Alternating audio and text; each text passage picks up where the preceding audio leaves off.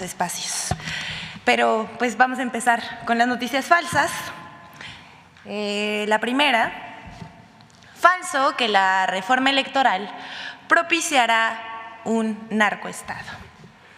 Como parte de la desinformación, The Wall Street Journal, diario estadounidense que ha destacado la marcha en defensa del INE, publicó un artículo en el que se afirma que con la reforma electoral propuesta por el presidente Andrés Manuel López Obrador se debilita al INE y con ello se daría paso a un narcoestado. Pero todo lo que se afirma en este texto, por supuesto que es falso. La periodista May Anastasia O'Grady advirtió en The Wall Street Journal que la reforma electoral debilita al Instituto Nacional Electoral, lo que podría traducirse en inseguridad en las próximas elecciones, ya que el narcotráfico podría aprovecharse y aumentar el robo de urnas, amenazas y asesinatos contra candidatos que no comulgan con sus planes. Ella también dice, ahora que quiere acabar con el organismo de control electoral, que puede ser una de las últimas líneas de defensa contra un narcoestado. ¿Qué creen? Curiosamente, este texto se apoya en un informe elaborado por el PRI, el PAN y el PRD, donde reporta presuntos actos de terrorismo realizados por los cárteles. Sin embargo, el escenario pintado por el medio estadounidense forma parte de las noticias falsas que circulan para atacar al presidente López Obrador. Al pueblo de México le reiteramos, la reforma electoral se limita a modificar la estructura del INE, pero no afecta su funcionalidad ni limita el cumplimiento de sus tareas. Se busca disminuir los costos de las elecciones, que por cierto son unas de las más caras del mundo. Se eliminan duplicidades en puestos, pero no van a desaparecer las funciones ni las facultades del Instituto Nacional Electoral, por lo que el órgano seguirá fungiendo como árbitro electoral y las elecciones operarán con normalidad. Incluso el PREP funcionará mejor y el conteo de votos definitivo llevará menos tiempo. También es falso que el Plan B debilite al INE y se abran las puertas al narco. Lo que sí es nota es que ese influyente periódico estadounidense, The Wall Street Journal, difunda noticias falsas sobre las políticas del gobierno mexicano. Y si creían que era la única de The Wall Street Journal, pues no, hay otra. El exfiscal sugiere que Estados Unidos intervenga a México contra los cárteles. Y ya sabemos, los periodistas mexicanos le hicieron segunda. Tras las posturas intervencionistas del exfiscal de Estados Unidos, William Barr, quien publicó un artículo en el diario The Wall Street Journal en que acusa falsamente al gobierno mexicano de proteger a cárteles mexicanos y respaldó la iniciativa de considerar terroristas a dichos cárteles, así como permitir que las Fuerzas Armadas estadounidenses combatan a los cárteles en otros países. Esta postura fue retomada en redes sociales por la prensa estadounidense, pero no solamente por ellos. También quienes festinaron lo dicho por Barr fueron Mario Levario Turcot, Joaquín López Dóriga, pero fíjense, la mención honorífica se la lleva María Elena Morera, presidenta de Causa en Común, asociación que, recordemos, recibía financiamiento millonario directo, casi, de la mano de Genaro García Luna, ahora preso en Estados Unidos, cuando éste estaba al frente de la seguridad pública de nuestro país. Pues bien, Morera, quien en pantalla vemos muy cómodamente posando con García Luna, repetimos, preso en Estados Unidos, a la que también vemos muy contentita y es a la muy cuestionada Isabel Miranda de Wallace. En fin, queremos mostrarle cómo en una entrevista Morera defendió a sus jefes. Vamos a ver esto.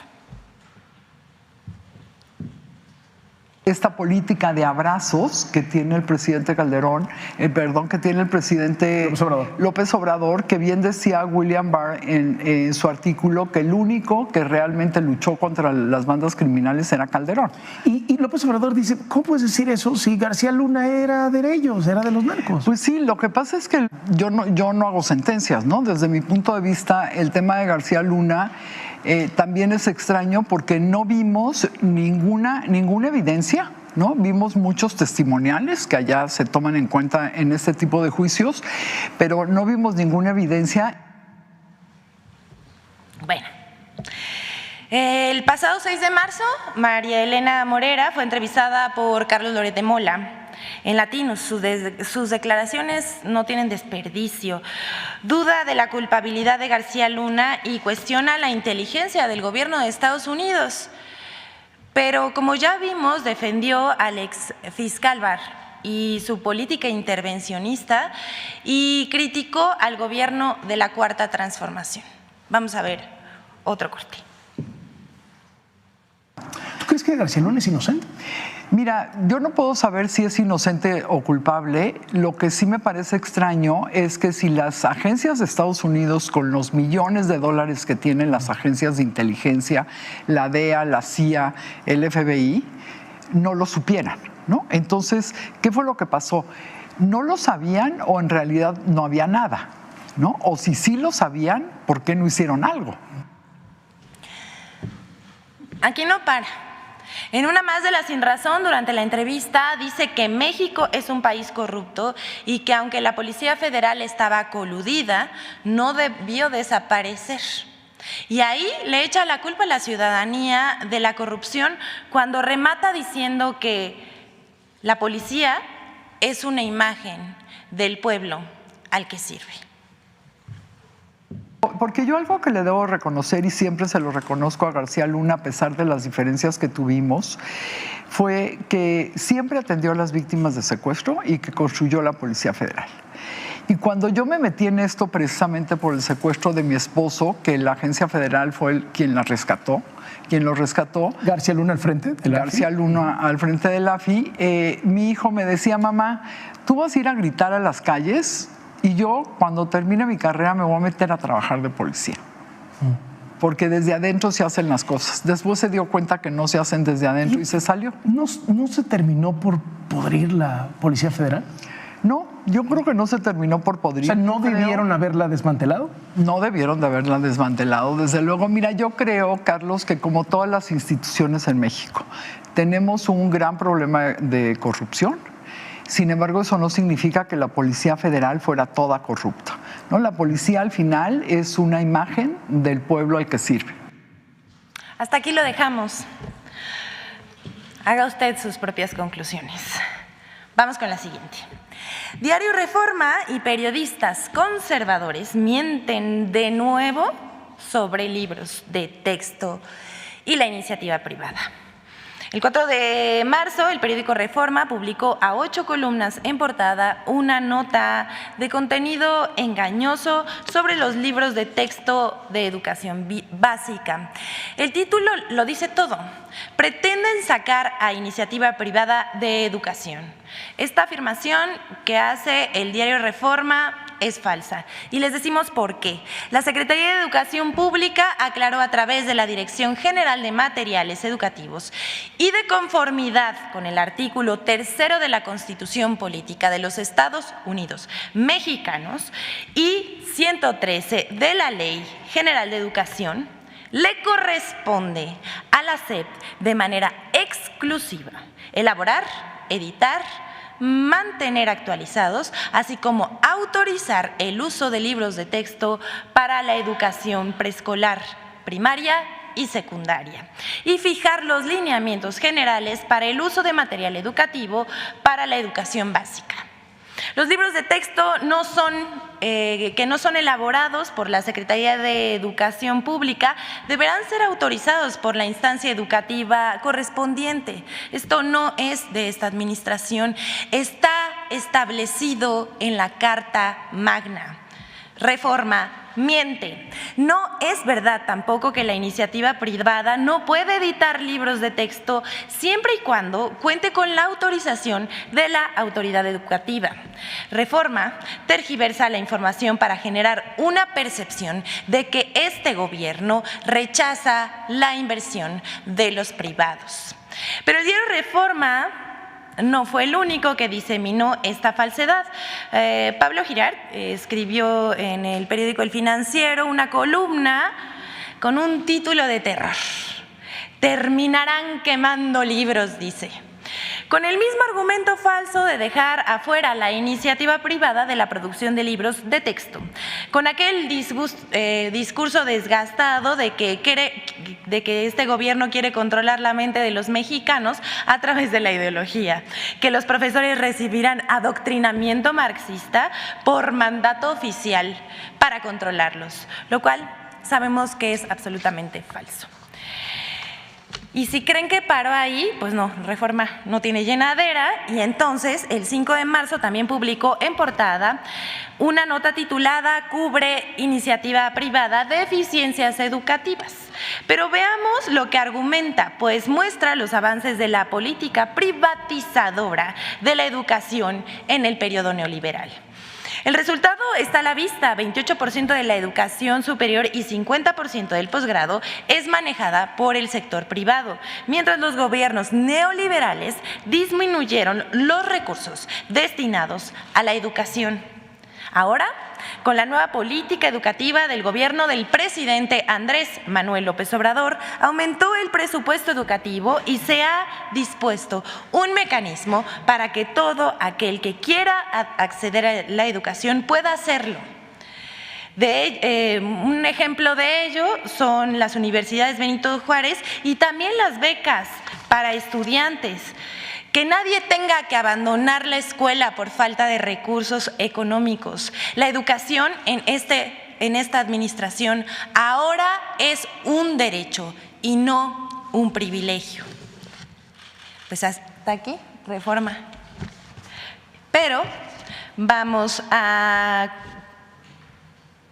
otra cosa que acaba de mencionar el presidente y que vamos a puntualizar: 5 mentiras sobre la reforma electoral. Esta reforma, aprobada por el Congreso de la Unión, hemos visto la campaña de desinformación y mentiras en medios de comunicación, redes sociales y por todos los medios que puede la oposición. Pero no solamente por ellos, también por la autoridad electoral, como los consejeros Lorenzo Córdoba y Ciro Murayama. El gobierno, vamos a aclarar, no controlará al INE, que seguirá gozando de autonomía. Tampoco mutila al instituto, que seguirá cumpliendo con sus funciones. Vamos a estas mentiras y las vamos a responder.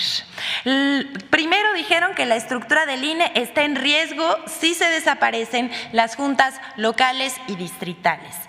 Esto es una mentira, pues la reforma establece que el INE mantiene sus 32 órganos locales y sus 300 órganos distritales. 2. Que los datos personales se ponen en riesgo al mover los módulos de atención ciudadana a oficinas públicas de gobierno.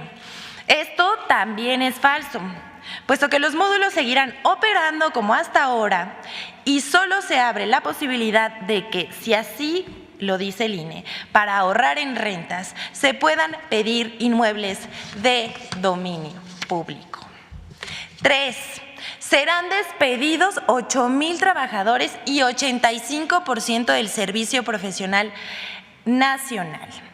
Esto también es una mentira. En la reforma se sugiere que para optimizar recursos se eliminen duplicidades y se reduzca de 5 a 3 las vocalías nacionales y de 5 a 1 las vocalías locales.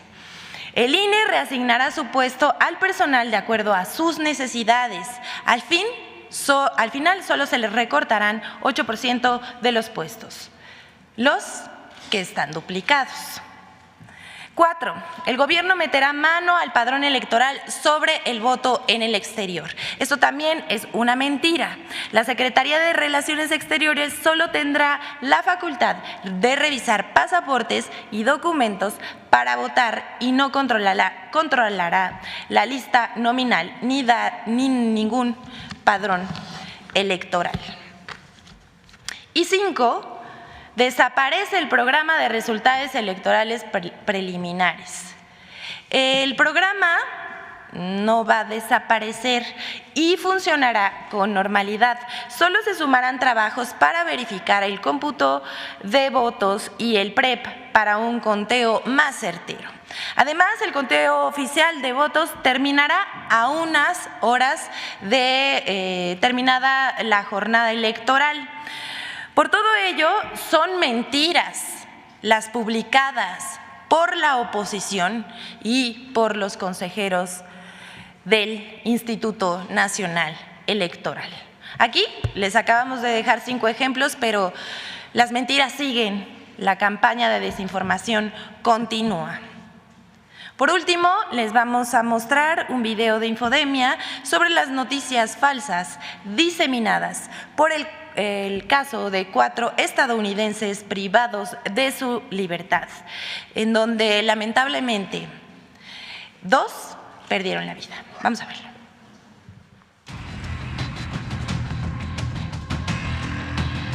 La noticia del secuestro de 4 ciudadanos estadounidenses en Matamoros, Tamaulipas, y el homicidio de 2 de ellos reactivó en redes sociales una campaña de desinformación con 3 ejes falsos. 1. Falso que el gobernador Américo Villarreal y Morena fueron financiados por el Cártel del Noroeste. Felipe Calderón publicó en su cuenta de Twitter una columna periodística en la que se afirma que el gobernador de Tamaulipas, Américo Villarreal, y el partido Morena recibieron financiamiento de grupos criminales. Sin embargo, esta columna tomó como base principal de su información cables diplomáticos de agencias de Estados Unidos falsos, publicados en el también falso sitio web Dallas Chronicle, creado únicamente con ese propósito. Los cables fueron desmentidos por el propio embajador estadounidense Ken Salazar en septiembre de 2022. 2. Falso que los ciudadanos estadounidenses fueron confundidos con narcotraficantes. En redes sociales circularon noticias falsas sobre el secuestro de los ciudadanos estadounidenses. Por ejemplo, algunas aseguraban que habían sido confundidos con narcotraficantes haitianos o que se trataba de migrantes de esa nacionalidad. Incluso se aseguró que habrían sido utilizados como blancos de tiro por el crimen organizado. 3. Falso que el gobierno de México solo actúa contra grupos criminales por presión de Estados Unidos. El operativo para encontrar a los ciudadanos estadounidenses fue conformado por instituciones mexicanas como la Guardia Nacional y las Secretarías de Seguridad y de la Defensa Nacional. El gobierno de México ha insistido en no permitir la injerencia del gobierno estadounidense en asuntos nacionales. Infodemia. Hasta aquí la sección, pero si me permiten, en el marco del Día Internacional de la Mujer, me gustaría expresar que es un honor pertenecer y colaborar con el gobierno más humanista y con perspectiva de género que ha tenido este país, México, y una prueba de ello es que por primera vez en la historia esta administración tiene un gabinete paritario. La lucha sigue. ¿Es cuánto, señor presidente?